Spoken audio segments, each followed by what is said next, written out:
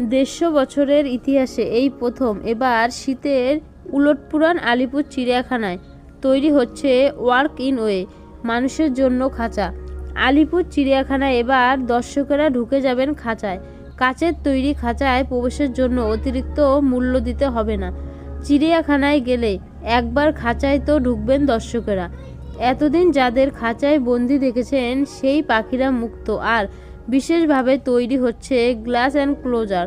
ঢুকে পড়বেন দর্শকেরা যেন খাঁচায় মানুষ আর মুক্ত পাখিরা।